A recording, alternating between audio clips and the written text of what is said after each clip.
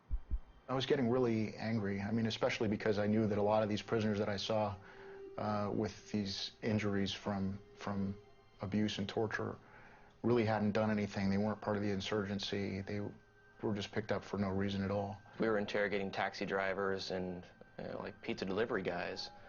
It was just, we called him Average Ahmed. Using methods such as torture and also using people who are not qualified to do this job has resulted in bad information and therefore problems for national security and for the soldiers, because you're getting information that's no good. In a lot of areas where you start noticing a lot of hostility against American soldiers, it's not because the soldiers are doing a lot of wrong things. It's because sometimes maybe the communication that has been transmitted to them has been transmitted to them wrongly and professionally and serving someone else's interest. These are Titan linguists. They were hired by Titan. Titan has long-standing contracts providing critical information technology and support services for some of our nation's most valuable defense assets. Under a contract with the U.S. Army's Intelligence and Security Command, Titan has over 4,000 linguists that provide invaluable mission-critical services. Titan is the company that provides the linguists and continues to provide the linguists throughout Iraq. They're the biggest provider in this business. They were so desperate to get people to fill these positions as translators that they were just hiring anybody that approached somebody and obviously had command of the English language in addition to the Arabic language or Farsi or whatever it may have been. There was people who maybe spoke the language, but it was broken, but could not read it or write it. And I'm talking about English here. And they were hired. They were never given a test. Nobody was given a test. I was never given a test. The test I was given was a phone conversation for a minute. Military trusted us. Military trusted Titan. Titan came and said, here's a linguist that we have hired, we have trained, tested, we put our trust in, he passed his security clearance, or he got some kind of a clearance. You should trust him in everything he does, everything he says. I did work closely with Titan all year long while I was in Iraq. And I can say that a lot of the translators weren't trained at all. I don't know what kind of training they received, but they were terrible at it. There was no managers, there was no supervision, there was no training, there was no follow-up. There was whatsoever a system of evaluation of what linguists are doing or what they're doing, even a system of if these linguists really translating or doing, or really are they translating or giving their opinions. Titan made the big bucks and hired the most incompetent people most of the time, did not follow up with them, did not really know what they were doing. Probably as a result, a lot of people got hurt, a lot of people got killed, American lives got lost because someone wants to make money and wants to have a fat check in his pocket.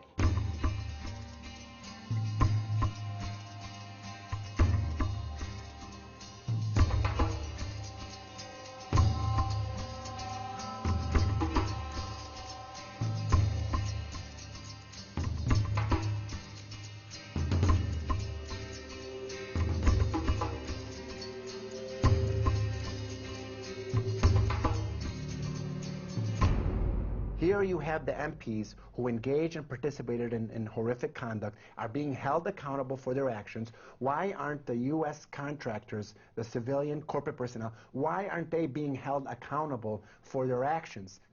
If you are a U.S. soldier and you hurt an Iraqi civilian and that becomes known, you will be court-martialed. But if you are a U.S. contractor and you kill an Iraqi civilian and that becomes known, you will be sent home. And then you can come back the following week and you can work for a different contractor. So here we have the two ringleaders of abuse at Abu Ghraib very explicitly saying, in many cases, what was happening was they were being ordered to abuse these detainees by civilian contractors. These guys are in prison for 18 years total between the two of them, and there's no contractors in prison. My question is in regards to private military contractors. The Uniform Code of Military Justice does not apply to these contractors in Iraq. I asked your Secretary of Defense a couple months ago what law governs their actions. Mr. I was going to ask him. Go ahead.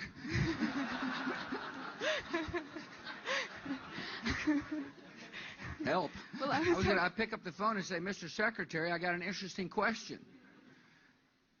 This is what delegation, I don't mean to be dodging the question, although it's kind of convenient in this case, but never. I really will. I'm going to call the secretary and say, you brought up a very valid question, and what are we doing about it? That's how I work. Thanks. Yes, ma'am. Are any of these allegations being investigated? My recollection is, and I think it's okay to say this, is that the investigations are ongoing. Yes, sir. And that time will tell.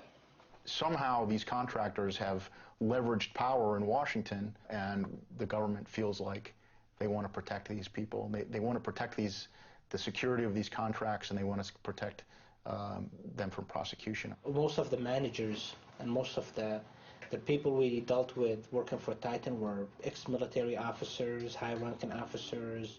All major military contractors have a board of directors and a senior management that is composed of senior retired military personnel. And this allows them to be able to go get contracts.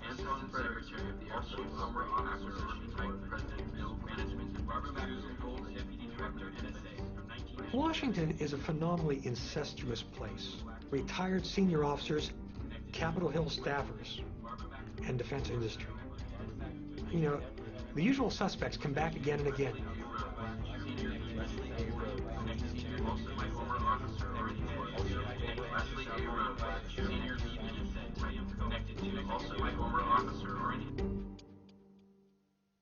Top recipients of money from Halliburton, Titan, Cockey, and Blackwater are the two chairmen of the committees in Congress and the House of Representatives that oversee military matters and spending. The major corporations, these cartel and monopoly corporations, they've figured out how to legally buy influence.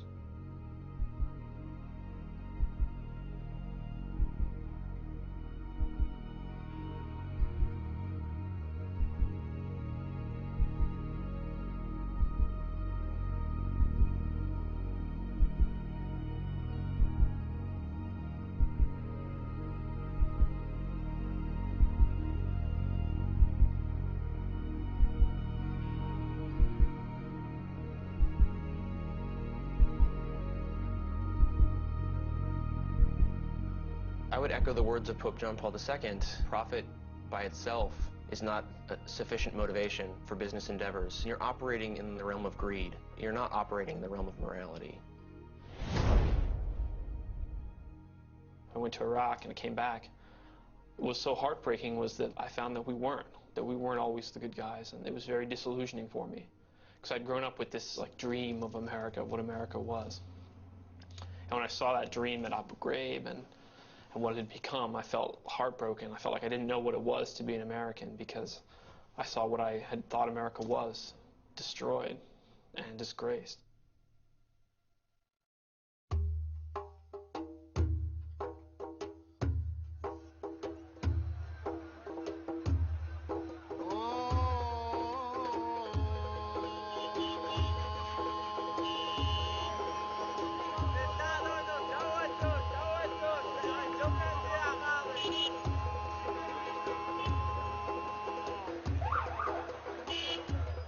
When they went into Iraq, a subsidiary of Halliburton, which is KBR, Kellogg Brown and Root, was on the scene immediately.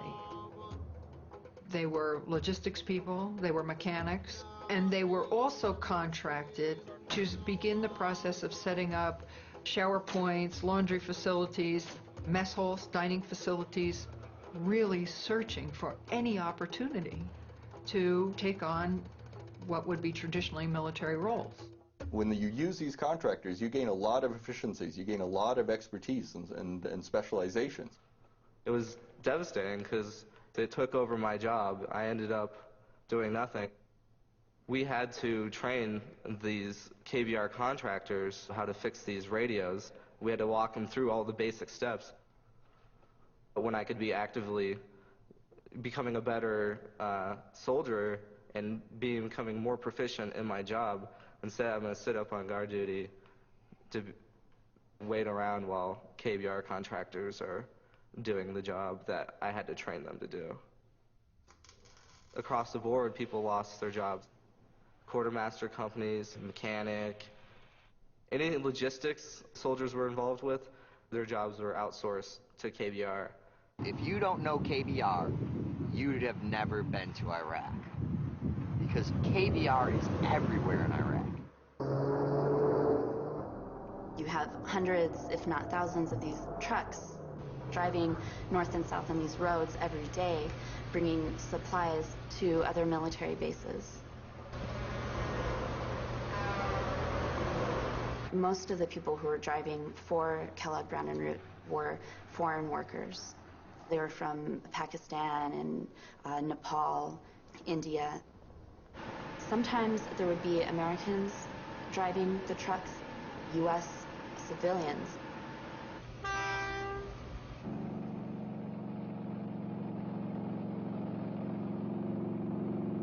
I heard about the job through another truck driver friend in Calexico, California.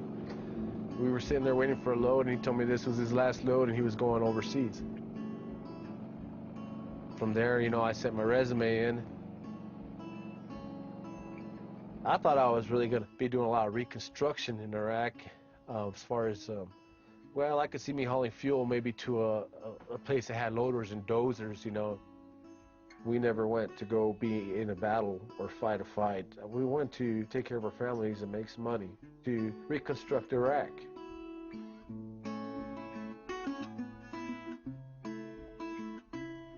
Tony and I met in '79 at a Halloween party. It was kind of a blind meeting, and we're married less than a year later. His brother was in the Navy, and so he always wished that he had done something like that. That he's just a good old boy. He thought it was such a great cause to go and help rebuild, and got a job with Halliburton, and he was going to go drive a truck in Iraq. Within a month, he was there.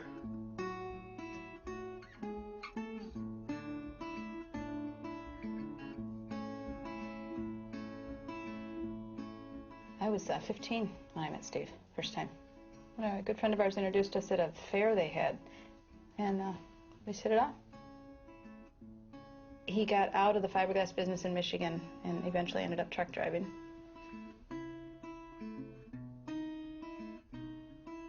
Steve decided to go over there to get us financially set for not only retirement, but to, you know, help 3 kids go through college.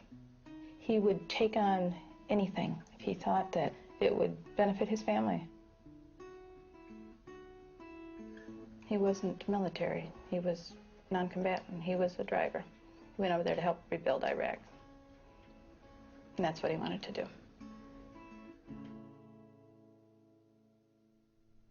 When I woke up early that morning, it was about, I'd say about 4:30 a.m.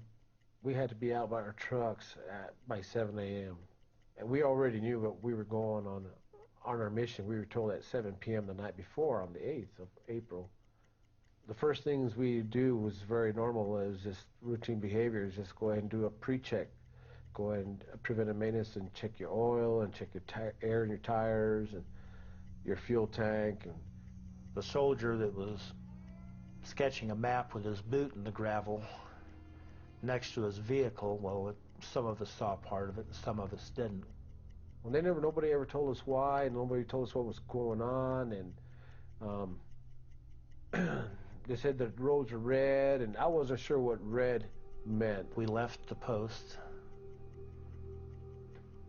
nearing 11 o'clock, 10:40, 11 o'clock in the morning in there somewhere, and headed on our way to Baghdad. We were going down the road, and we got pretty close to I believe the Abu Ghraib prison, and all of a sudden the traffic, there's no traffic. And right about then, I mean, bullets came from everywhere. It sounded like we were in a hailstorm. It was like when you were a kid, we used to make popcorn in a pressure cooker. The temperature comes up and begins to pop. They were coming in through my doors, they were hitting my tanker, they were hitting my windshield, they were coming in through hitting the engine. You could You hear them come in through one door, hit the other door where they lodged in, and I mean, they're just coming in everywhere. And then it reached a crescendo and just seemed like it never stopped after that. And then I could hear the men crying on the radio, yelling out for help. I'm burning, help me, please don't let me die in Iraq. Truck behind me, that his trailer caught fire, and he overturned and was trapped inside the truck and burned up. I heard one yelling and screaming and until he stopped. Friends that I'd promised before that, you know, if they broke down or something happened, I wouldn't leave them. I hear them screaming, I'm hit, help me, please, I don't want to die here. I was completely saturated with blood, you know, and my pants were soaked with blood, my shirt was soaked with blood. It was just absolutely just sheer terror. Just absolutely, positively horrifying. And I still feel, still have that shaky sort of thing in me. It's like sitting here right now, it's like I'm still there.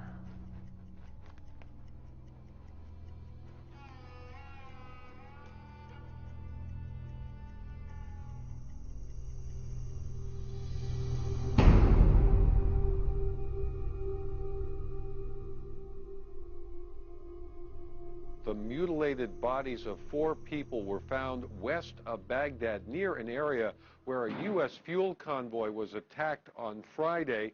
After that attack, 7 Americans were reported missing, including contractors working for Halliburton, a company that supplies fuel and other supplies to U.S. troops. The families were notified today of the discovery.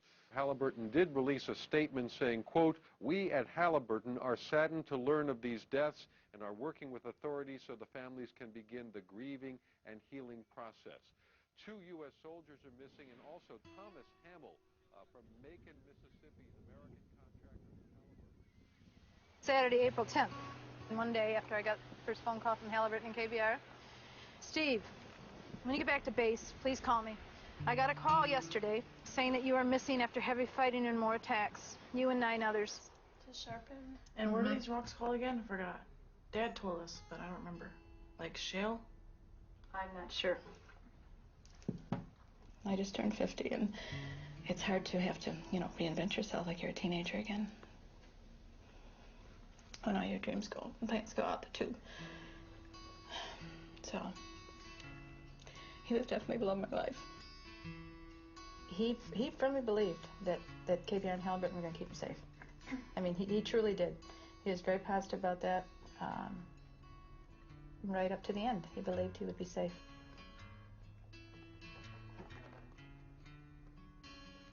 He wasn't much of a writer, that's for sure. His journal's empty.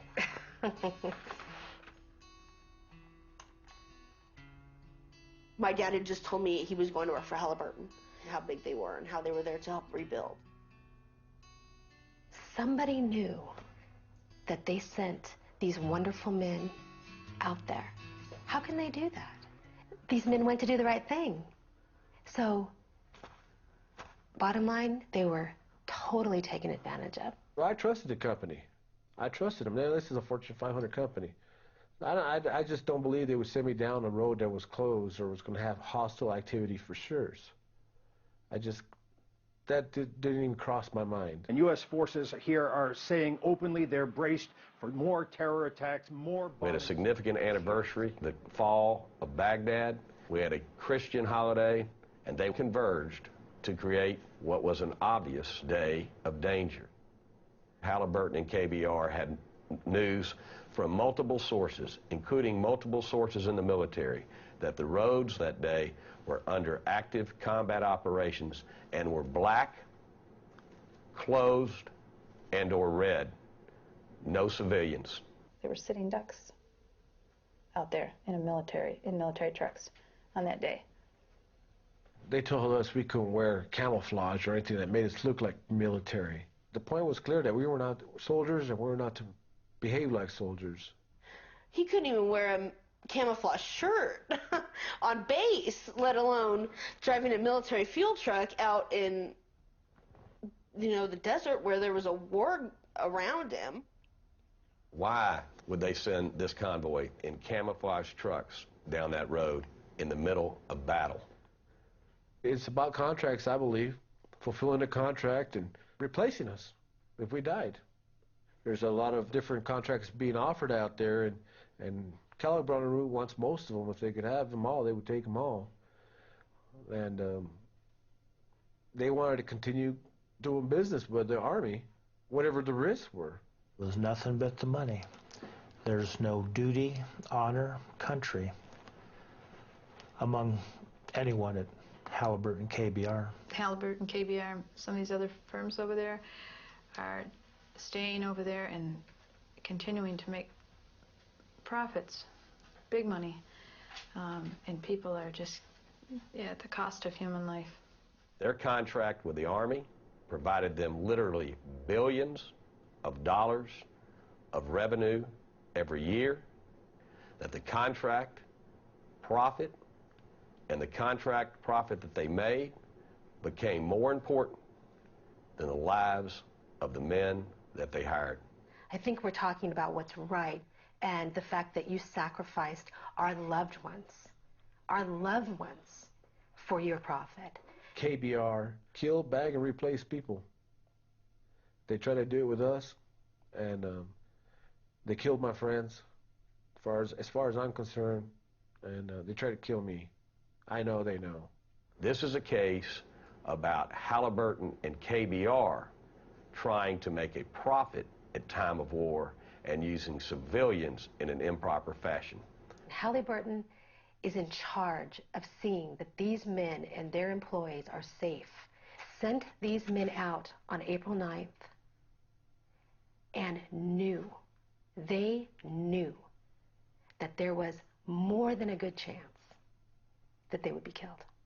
When people talk about, they gave their lives or this thing, and I can assure you that they did not.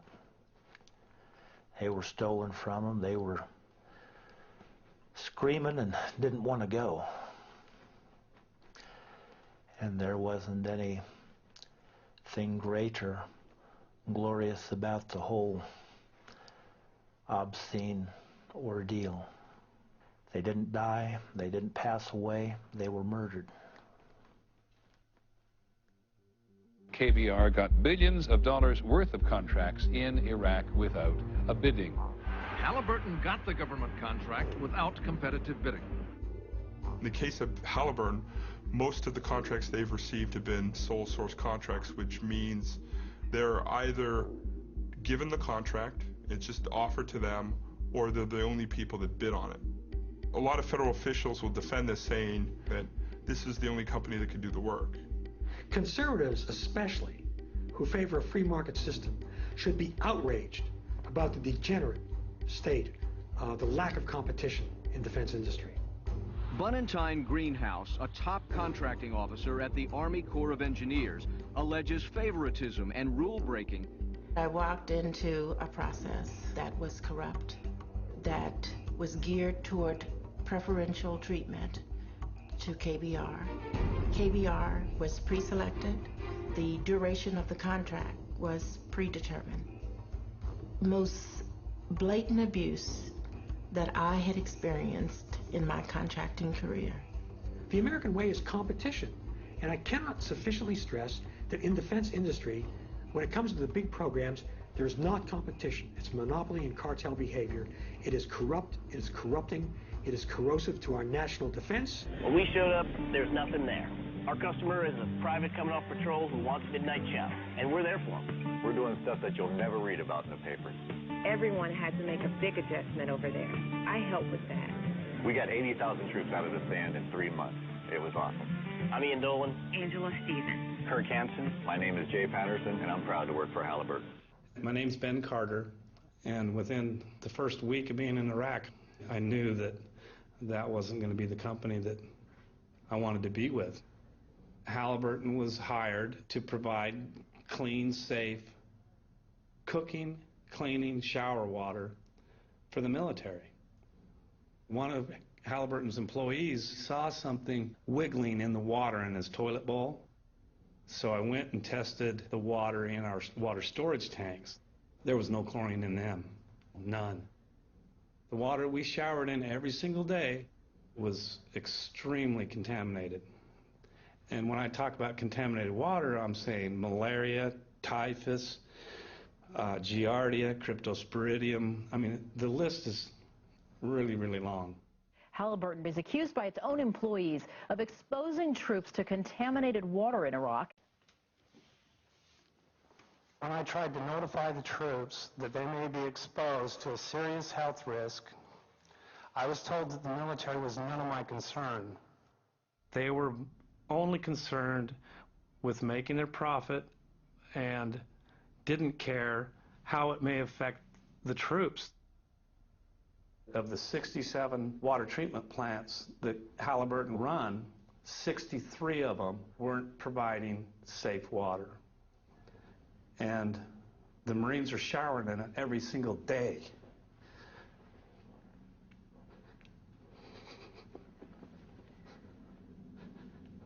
Sorry.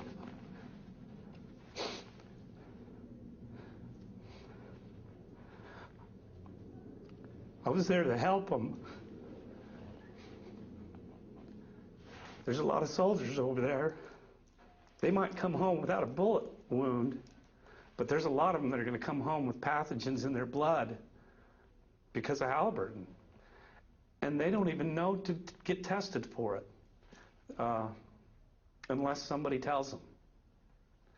And I'm sure Halliburton is not going to be the company to tell them. When I joined Halliburton, I knew I was going to work on some big things. We put out a few fires at work.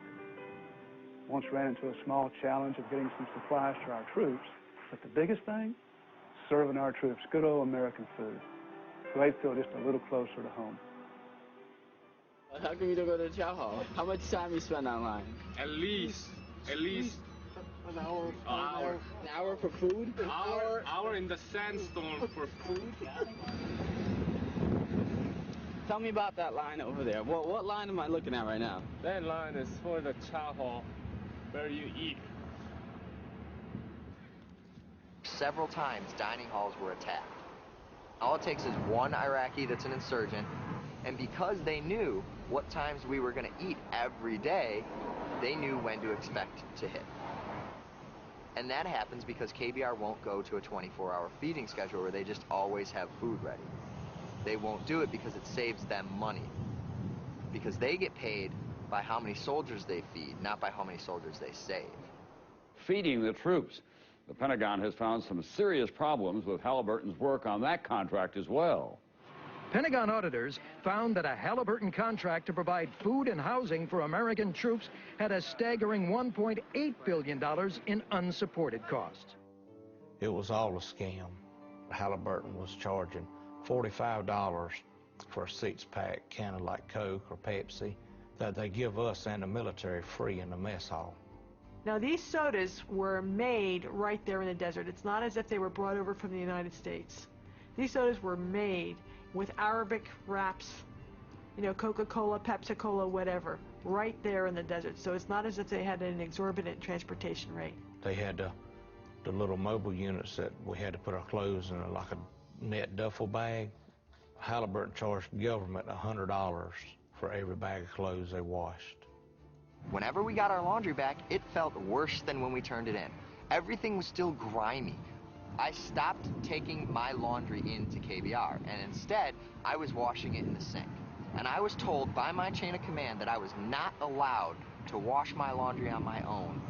I had to take it to KBR to have it washed, even though we all knew that they were doing a horrible job because they get $99 a bag for a bag of laundry that I could do at home for $3. A legal way of stealing from the government or taxpayers' money. The Pentagon audit released last night that found the company is overcharging taxpayers. Halliburton Company billed taxpayers for its contract work in Iraq. It is your money that's being used. These contracts are managed under a system called cost plus, which is the opposite of trying to save money. It guarantees that everything that you buy will be paid back and reimbursed if it's seen as justified, and you'll be given a profit in addition. A cost-plus arrangement that critics say leaves little incentive to save. The more taxpayer dollars Halliburton spends, the more Halliburton makes. Cost plus encourages you to run up the cost of a program because you are going to get a percentage of the end result. And so there's no incentive to stay at Motel 6. Stay at the Ritz-Carlton in Qatar, folks. The place that they chose for orientation in Kuwait was a huge resort set right on the ocean. Had, I think, 3 swimming pools. So it was better than the Wyndham in Texas or the Ritz. It was fancied up. Marble floors, mahogany woodwork. It was just beautiful. They had sea-doos, jet skis they could use. You could go and rent wave runners and go out and play in the water. We were renting wave runners, and we got paid by the hour to do it. I was told this: don't question it, enjoy it. Several government agencies are currently investigating if Halliburton overcharged for work already completed in Iraq. They had 5-star meals catered in every day. It was so lavish. Rows of vegetable platters, beef platters, fish platters. It's a cost-plus contract. KBR looked at it, the more money we spend, that's the more money we get in our pockets. We had it made over there compared to the military. I mean, those guys were living in tents, and we had air-conditioned private hooches. The tents that we were staying in were completely moldy, and everybody was getting sick with respiratory infections. They're getting paid millions of dollars. Why can't they even give us a tent that doesn't make us sick to live in it? The soldiers are sleeping on these little cots out in the middle of the desert, while these KBR executives are driving these $40,000 vehicles. They and their secretaries are driving at least a $30,000 to $40,000 vehicle. This secretary lives in this complex, eats her meals in this complex, has her laundry delivered to her, has no reason to go anywhere at any time, but has a brand new top-of-the-line Ford or Chevy pickup with everything imaginable on it that you could put on it. Chrome rims and leather interior and CD players and all these extra amenities that, you don't really need in wartime. Why do they need an H2 Hummer? Why do they have Cadillac Escalades in Iraq for Halliburton managers? What is the purpose? One invoice that I saw was for about $7,000 for 1 month for a SUV on a lease. It was a 3-year contract. Comes up to roughly $250,000. A vehicle that you and I could purchase at the local dealership for probably top of the line $45,000. And the taxpayer paid $250,000 and never did own the vehicle.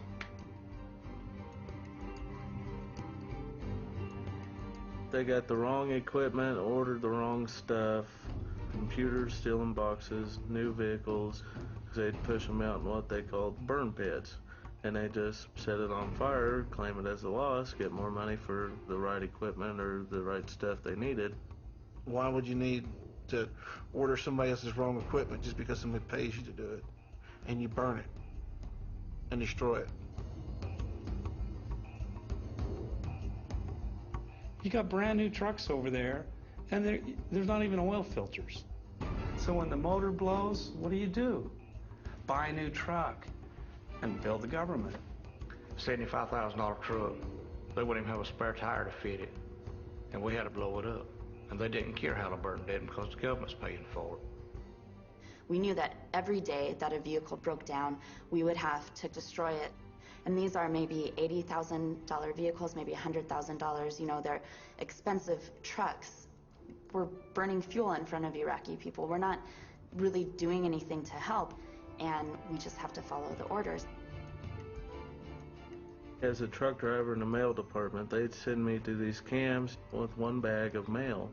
That's risking my life just to deliver 1 bag of mail.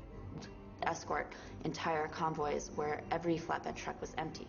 The allegations come from 12 truckers complaining that the company was wasting government money by running empty trucks on the convoys and billing the government for them. It seems senseless to travel up and down the road and taking a chance of losing your life when there wasn't no purpose in it. when you went up empty and you come back empty. The allegation. I went to make a better life for my family. I always have a roof over their head and not have to worry about where their next meal's coming from. It wasn't that fun with him gone. We missed him and all that stuff. I couldn't do stuff with him. Didn't have anybody to throw a baseball with, did you? Or to go take you fishing?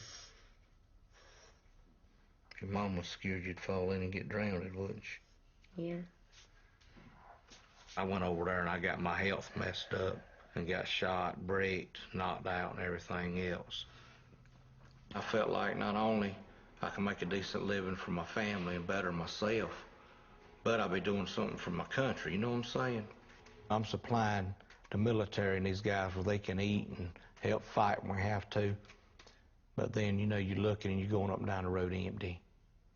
Halliburton's charging the government for every camp they go by. And your buddy's getting killed for no cause at all. Not even as much as a Band-Aid on the truck. That's how Halliburton was making their killing, making their money. Is a legal way of stealing from the American citizen and the military. Halliburton is accused of hundreds of millions of dollars in improper charges. Pentagon auditors have found potential overcharges of $61 million. Now the numbers are apparently even larger than previously thought. Halliburton's unreasonable and unsupported bills exceed $1 billion. If anybody's overcharging the government, we expect them to repay that money.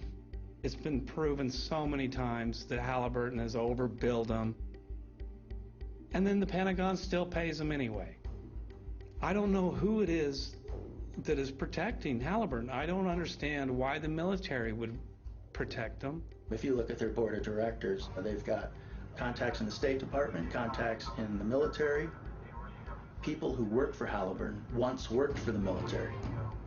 When you hire top Pentagon officials, when the vice president is your former CEO, you're going to get the access that other people don't. It is reportedly not a coincidence that Vice President Dick Cheney's old company got a huge contract to help rebuild Iraq. Time magazine said it has gotten a hold of a Pentagon email saying Cheney's office coordinated Halliburton's multi-billion-dollar deal. All the revelations came out about Halliburton getting all these fancy no-bid contracts. There was not a single hearing in the Congress, House or Senate, about the mysterious bidding processes around Iraq and Halliburton. That's ridiculous. The oversight responsibility belongs to the United States Congress. It belongs here, and it's not happening here. The Senate should spend a little less time advertising allegations of wrongdoing and spend more time talking about what is going right.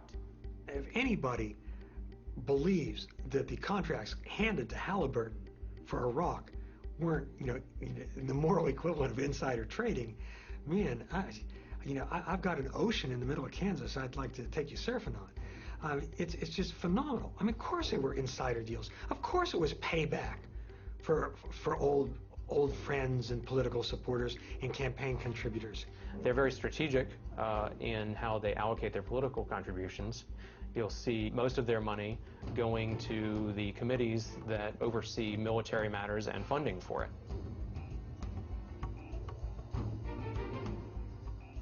When you pay influence money in the form of campaign contributions, it means people look the other way. The U.S. Army announced today it signed a new contract with a unit of the huge contracting firm Halliburton. The military fights for the guy next to you, or the guy in the next foxhole, who you've trained with, slept with, ate with, spent all your time living with and working with.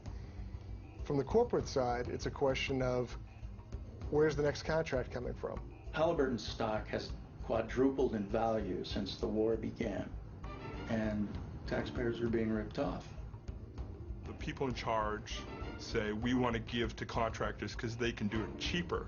Well, lo and behold, the evidence is now coming in, and it isn't cheaper, and we're not actually getting what we're paying for.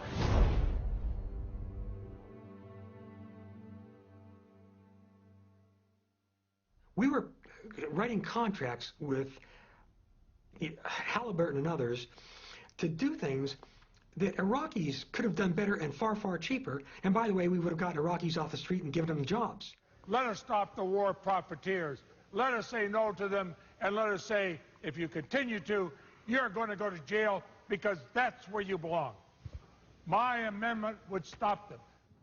There hasn't been a single major piece of contracting oversight legislation passed by the Congress since the war began. Not even a significant amendment has been passed, despite all the enormous amounts of fraud and waste and abuse. There needs to be a special committee established, a bipartisan committee, to take a look at waste and fraud and abuse. The amendment is not agreed to. The amendment is not adopted. And the Leahy amendment is not agreed to.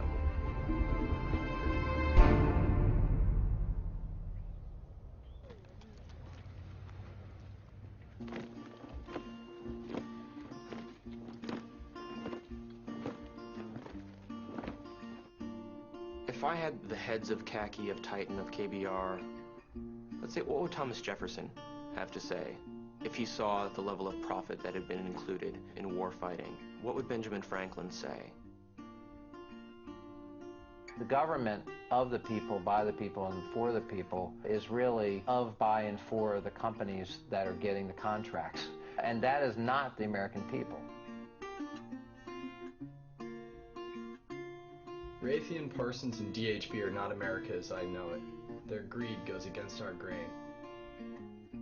We have more and more money that are going out to these companies and less people watching the federal piggy bank.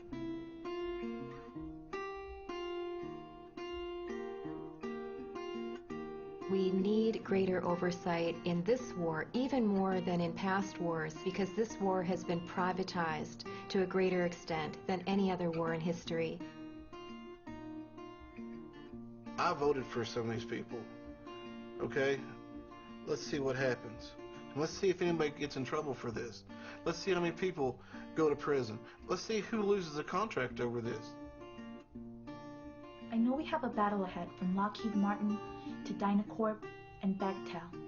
The profiteers are not going to easily transform into patriots. The people who have the money, the people who are making a profit, have a lot of power and a lot of money and a lot of influence.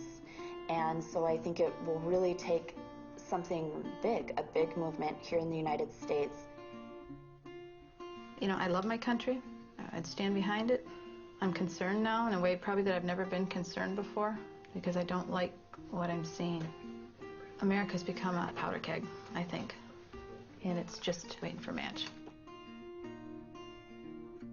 This Iraqi movement, how are you going to win the hearts and minds of these people if they see you cheating your own people, if all this stuff is just for the money?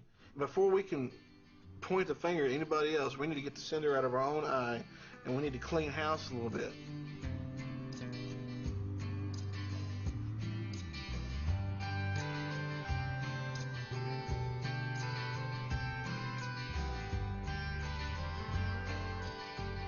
I think the world really needs to know what's going on over there. There has to be accountability, and we need to stop it.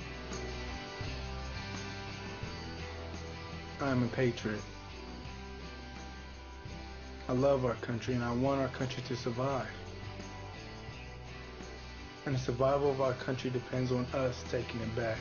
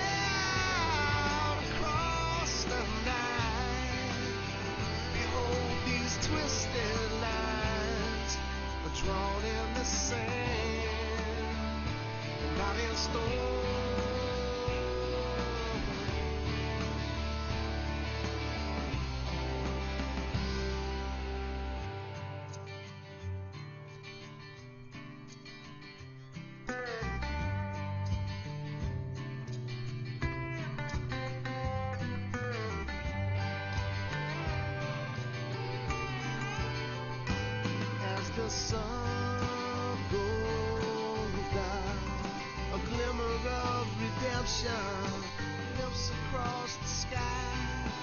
Heed not these merchants and thieves who were deceived, for this mountain will crumble into the sea. Hey, I hear the bells are tolling way out across the night. Behold these twisted lines,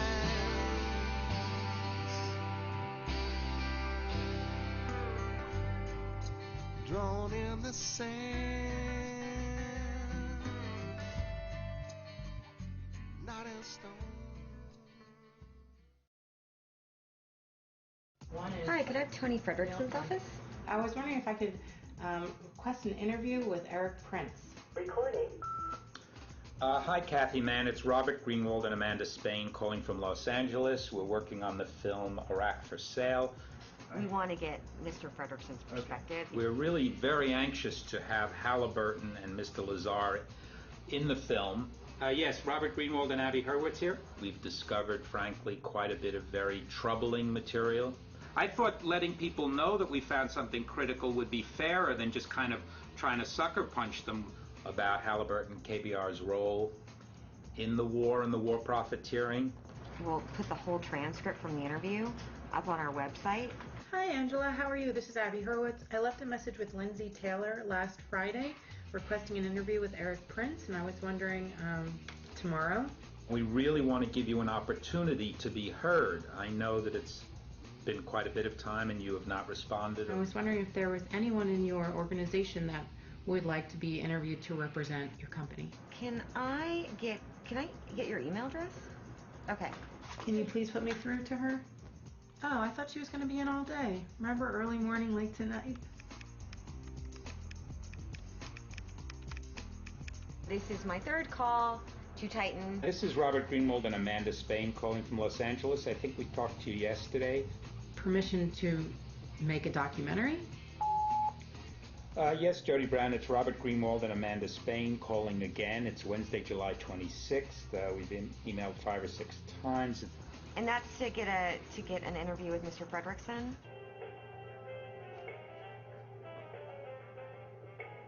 I put in a request to have an interview with Eric Prince.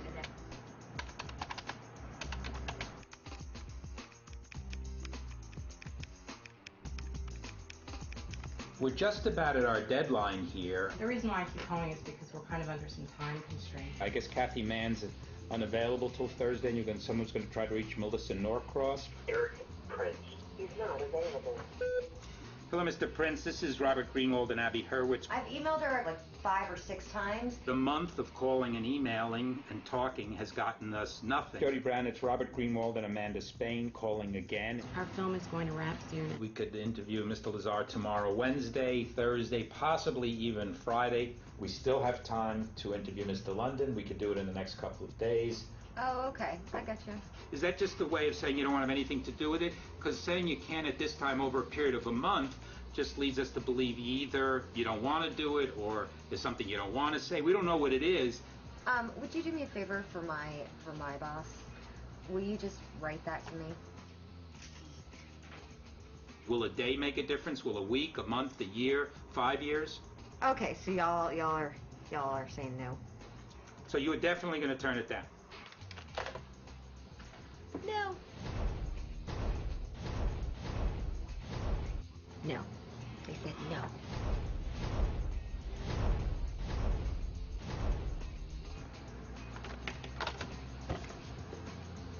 That's it.